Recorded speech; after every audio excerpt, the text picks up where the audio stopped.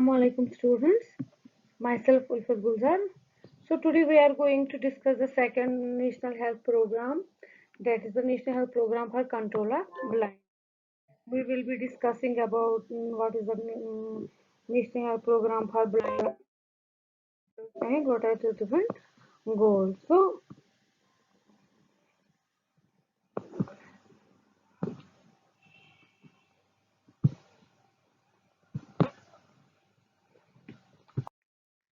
National Program for Control of Blindness.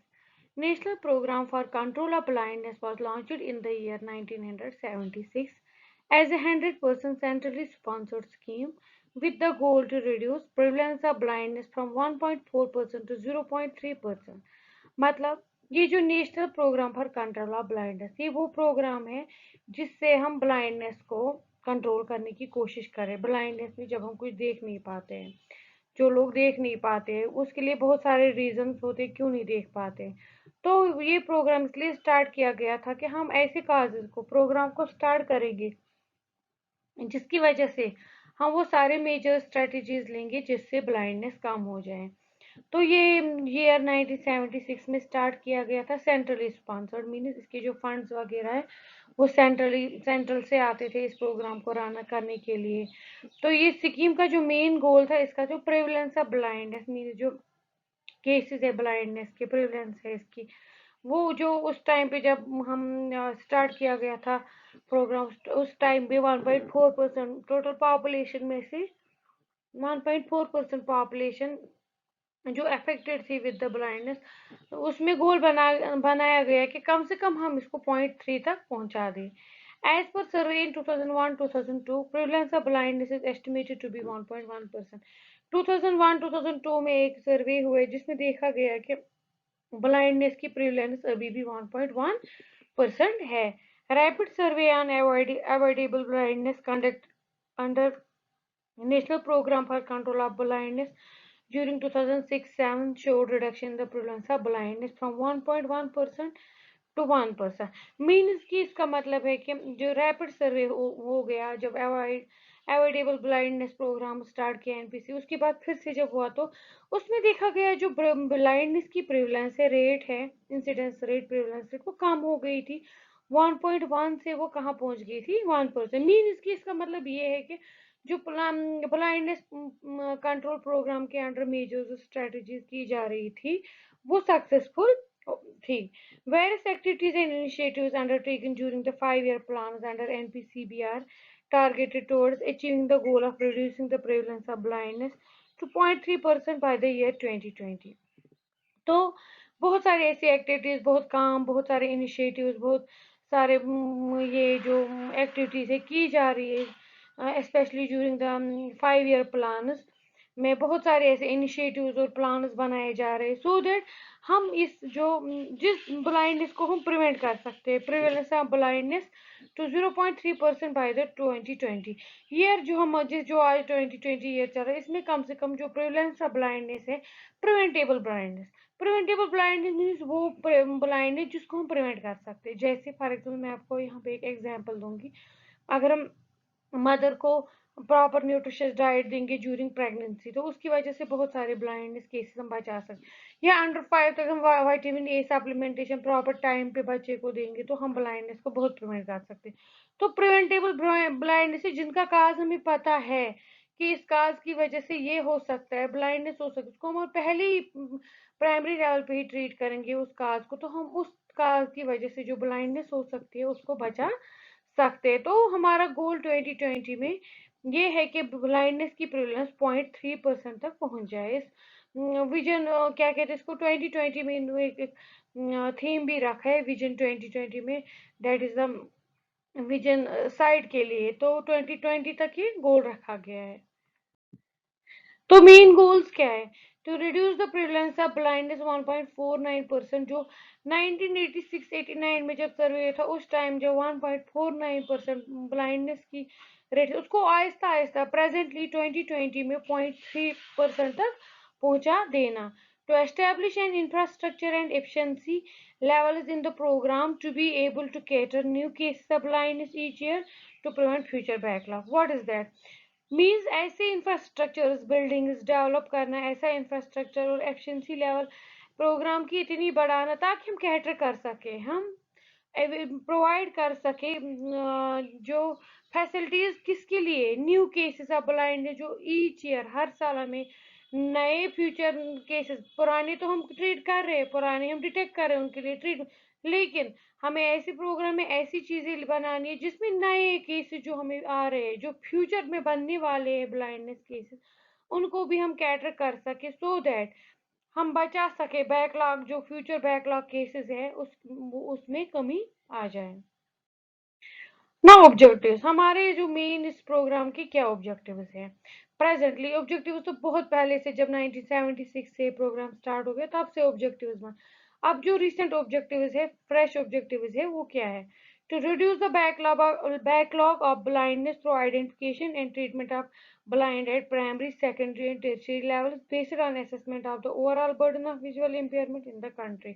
Means हम reduce करें backlog cases, means 2019 के cases 2020 में 19 में डिटेक्ट ही नहीं, वो 20 में पहुंच जाएंगे, प्रिवलेंस बढ़ जाएगी, 20 के 21 में पहुंच, तो ये जो पिछले वाले केसेस आगे आगे आ रहे हैं उनको हम प्रिवेंट कर सकते, वो हम किस तरह कर सकते हैं, जब हम अर्ली आइडेंटिफिकेशन और ट्रीटमेंट करेंगे, प्राइमरी लेवल पे भी, सेकेंडरी लेवल पे भी, टेरिशियरी, मीन इसके हमें आई सर्विसेज, जो आई ऑपरेटिंग सर्विस है, हमें हर एक लेवल पे, ये नहीं है कि प्राइमरी लेवल पे पीएचसी पे है ही नहीं, डिस्ट्रिक्ट हॉस्पिटल में है नहीं, पीएचसी पे भी, सीएचसी पे भी, सब सेंटर पे भी, सब डिस्ट्रिक्ट लेवल पे भी, डिस्ट्रिक्ट लेवल पे भी, फिर पेरीफेरी जो फॉर एग्जांपल एसएमएचएस में, सुपर स्पेशलिटी में, तो हर एक लेवल पे हमें ये सर्विसेज रखनी, so that we can decrease the cases, और जो इम्पेयरमेंट हमारे कंट्री में बर्डन बढ़ रहा है विजुअल इम्पेयरमेंट का, वो कम हो जाए। Develop and strengthen the strategy of NPCB for ILS, NPCB mean national programme for control of blindness. तो एक तो डेवलप करना, बनाना और स्ट्रांग बनाना ऐसी स्ट्रेटेजीज प्रोग्राम में जिसकी वजह से आई हेल्थ इंप्रूव हो जाए, प्रिवेंशन हो जाए, इम्पेयरमेंट, विजुअल इम्पेयरमेंट जो होती है, खराबी होती है आंखों में, लॉस ऑफ फंक्शन होता है, वो विजुअल इम्पेयरमेंट को कम कर सके, जिन चीज़ों की वजह से होती है ऐसी स्ट्रेटेजीज जिससे आई हेल्थ इंप्रूव, जब आई हेल्थ इंप्रूव होगा, इम्प्रूव अवेयरनेस आएगी, तो ऑब्वियसली विजुअल इम्पेयरमेंट भी कम होगी। Through provision of comprehensive eye care service and quality service delivery. Strengthening and upgradation of RIOs means Regional Institutes of Ophthalmology means strengthen करना, मजबूत मजबूत मतलब वो स्ट्रांग नहीं होता है, स्ट्रेंथनिंग मीन्स हर एक ऐसी फैसिलिटी रखना जिससे वहाँ की जो सर्विसेज है बेटर बन जाए, उसको हम स्ट्रेंथनिंग बोलते हैं। ये स्ट्रेंथनिंग सीमेंट लगाना नहीं होता है, मतलब स्ट्रांग बनाना नहीं, strong means a good system which will provide each and every service, उसको हम स्ट्रेंथनिंग। अपग्रेडेशन मीन्स जहाँ मॉडर्न फैसिलिटीज हो, हर कोई फैसिलिटी हो, तो ऐसे रीजनल इंस्टीट्यूट ऑफ ऑप्थेल्मोलॉजी के बनाना और बना के उनको अच्छा स्ट्रेंथन करना, हर कोई सर्विस रखना, to become centre of excellence in various sub specialities of ophthalm, ताकि वहाँ पे वेरियस सब स्पेशलिटीज हो ऑप्थोमोलॉजी के। Strengthening the existing and developing additional human resource and infrastructure facilities for providing high quality comprehensive eye care in all districts of country। तो ये आपको समझ आएगा, strengthen करना जो existing होती है, developing additional human resources मतलब मैन पावर, ज़्यादा स्टाफ लगाना, ज़्यादा इक्विपमेंट्स अच्छे अच्छे लगाना, बिल्डिंग फैसिलिटीज, रूम वेल होना, वार्ड फैसिलिटीज रखना, हर एक डिस्ट्रिक्ट में, कंट्री के हर एक डिस्ट्रिक्ट में ये फैसिलिटी होनी चाहिए।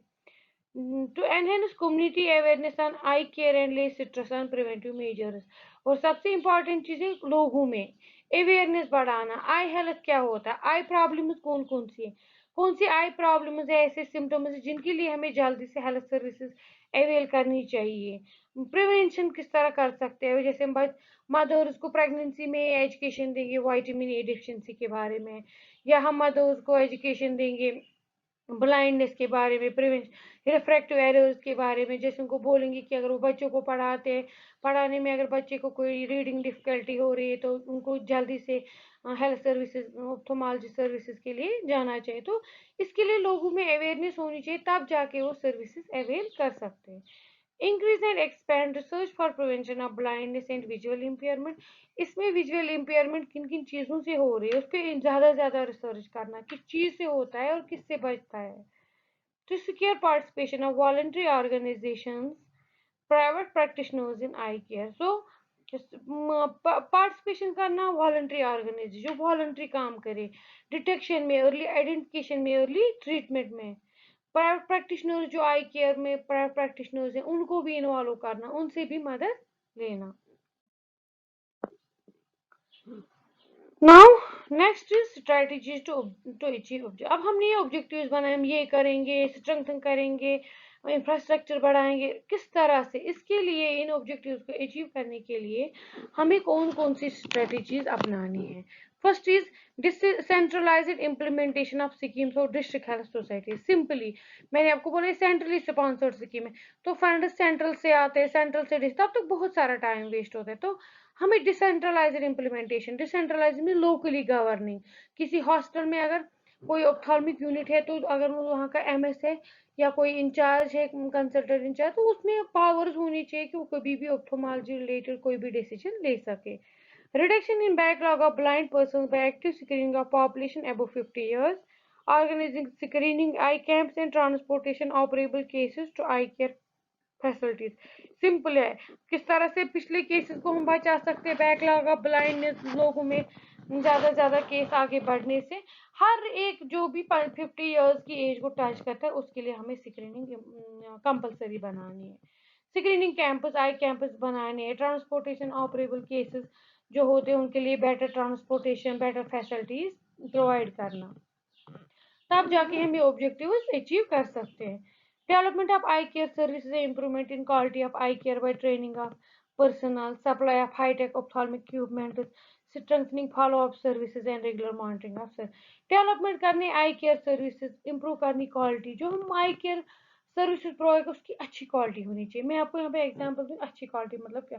फॉर एग्जांपल कोई पेशेंट आता है हॉस्पिटल, वो आई चेकअप के लिए आता है, तो उसका अगर सिंपल सा आई चेकअप होगा, ऐसे ही हम देखेंगे नहीं जी आप ठीक हो ये लगा ना, बेटर है कि अगर वो आ रहा है तो हम उसका रिफ्रैक्टिव एरर चेक करें, हम उसका पूरा आई चेकअप करें, हम उसका ब्लड शुगर चेक करा ले, उसको ब्लड प्रेशर चेक करा ले। कोई ऐसा रिलेटेड काज तो नहीं है जो फ्यूचर में जाके इस इंसान को आई प्रॉब्लम में इन्वॉल्व कर सकता है। तो ये जो बेटर सर्विस होती है इससे क्या होता है, उससे अर्ली डिटेक्शन हो जाती है, हम अवॉइड कर सकते हैं ब्लाइंडनेस को।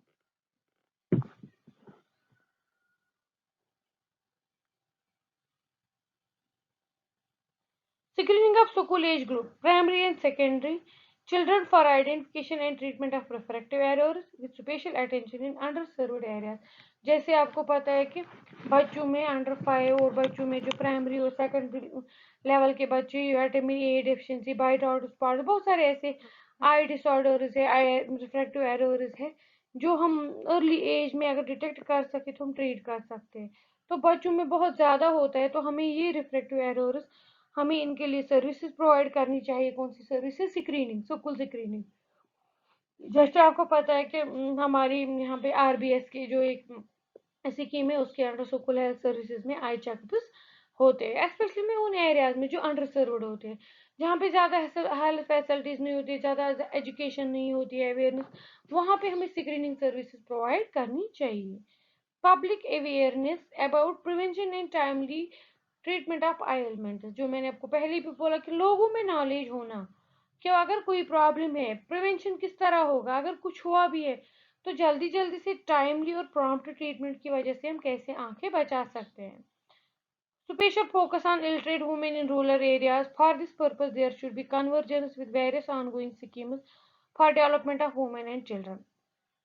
स्पेशल फोकस हमें इलिटरेट वुमेन्स पे या रूरल एरियाज पे देना चाहिए, जहाँ पे लोग इलिटरेट होते हैं, जिनको नॉलेज नहीं होता है, जो पढ़ लिख नहीं सकते, समझ नहीं सकते, उनको नॉलेज देना, सो दैट उनमें भी वो जो पॉपुलेशन हो वो भी कवर हो जाए। स्कीम जो होती है women and children development schemes के थ्रू हम लोगों में एजुकेशन प्रोवाइड कर सकते हैं, सर्विसेज प्रोवाइड कर सकते हैं। To make eye care comprehensive, besides cataract surgery, provision of assistance for other eye diseases like diabetic retinopathy, glaucoma management, laser techniques, corneal transplantation, vitreoretinal surgery, treatment of childhood blindness, etc. Means कि आई care को comprehensive बनाना। Comprehensive means complete, जिसमें सिर्फ एक ही वो एक ही चीज क्या कहते हैं इसको इन्वॉल्व नहीं होती बहुत। जैसे आजकल हम कॉमनली बोलते हैं, उसको क्या हुआ है, कैटरैक्ट हुआ है, जाल भी है, अमिस तुलो जाल, ये कॉमन सी आई प्रॉब्लम नहीं। हमें सिर्फ कैटरैक्ट पे नहीं, हमें हर एक चीज में, जैसे डायबिटिक रेटिनोपैथी, डायबिटीज की वजह से रेटिनल डैमेज होता है, डायबिटिक पेशेंट का केयर करना है ताकि उनका रेटिना बचे, ग्लाइकोमा मैनेजमेंट करना है, लेजर टेक्निक अवेलेबल करनी है, कॉर्निया भी ट्रांसप्लांट होता है, कॉर्निया ट्रांसप्लांटेशन के लिए हमें फैसिलिटीज प्रोवाइड करनी है, विट्रियो रेटिनल सर्जरी, जो हमारा विट्रस बॉडी होता है आंख में, उसके लिए सर्जरीज होती है, तो वो प्रोवाइड करना, या चाइल्डहुड ब्लाइंडनेस जो होती है, जिस काज की वजह से होती है, वो उस काज को ट्रीट करने के लिए फैसिलिटीज प्रोवाइड करना। Construction of dedicated eye wards and IOTs in district hospitals in any states and few other states as per name, mean इसकी जितनी भी स्टेट्स है डेडिकेटेड आई वार्ड्स बनानी चाहिए। ऐसा नहीं है कि हम फैसिलिटीज प्रोवाइड कर रहे हैं लेकिन सिर्फ डे बेसिस पे नहीं, हमें इंडोर फैसिलिटीज, वार्ड्स, आई ओटीज में ऐसे इक्विपमेंट्स, इंस्ट्रूमेंट्स होने चाहिए जो हमें चाहे हर एक स्टेट में जहाँ पे भी जरूरत पड़े हमारे पास वो होनी चाहिए। Development of mobile ophthalmic units,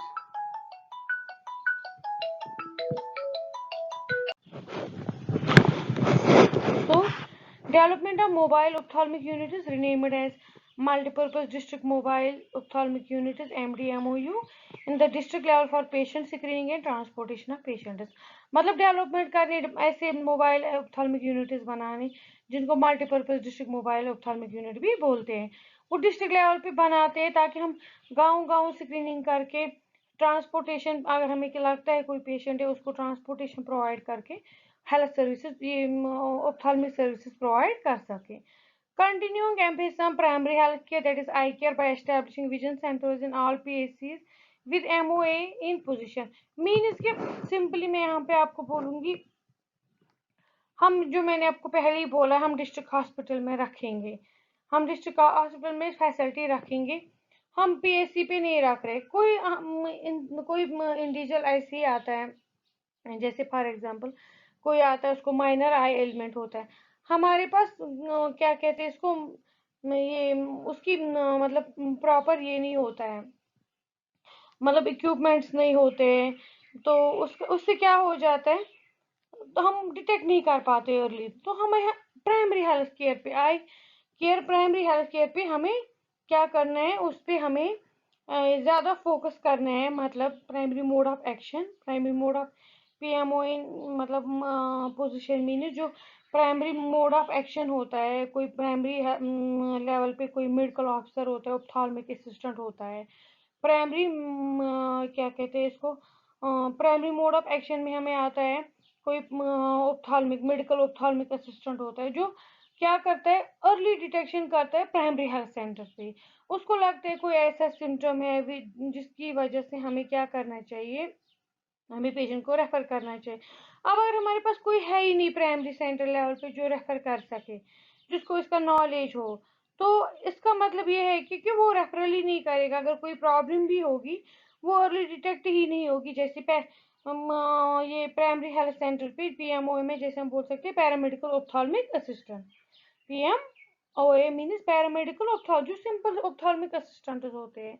तो जो पीएमओज होते हैं, पैरामेडिकल ऑप्थेल्मिक असिस्टेंट होते हैं, उनको नॉलेज होता है, फिर वो ट्रीट अच्छे से नहीं कर सकते हैं, उनके पास इक्विपमेंट्स नहीं, तो वो रेफरल बनाते हैं, वो समझाते हैं पेशेंट्स को। तो प्राइमरी हेल्थ केयर उसी को बोलते हैं, early identification. Participation of community and panchayat raj institution in organising services in rural areas. तो कम्युनिटी में पंचायत राज इंस्टीट्यूशन को, सेवरल रूरल एरियाज में जो बहुत सारी कम्युनिटीज होती है उनको अवेयरनेस देना, इन्वॉल्व करना, पार्टिसिपेट कराना आई हेल्थ के बारे में, आई एलिमेंट्स के बारे में, सर्विसेज के बारे में। Involvement of private practitioners in the programme, जो प्राइवेट प्रैक्टिस कर रहे हैं रिगार्डिंग नेशनल जो ब्लाइंडनेस के लिए या ऑप्थेल्मिक केयर प्रोवाइड करते हैं, उनको भी इन्वॉल्व करना कि वो किस तरह से, अगर उनको कोई ऐसा केस लग रहा है, उनको किस तरह से रेफरल कर सके, कौन कौन सी सर्विसेज अवेलेबल, उनको भी इसके बारे में नॉलेज दे।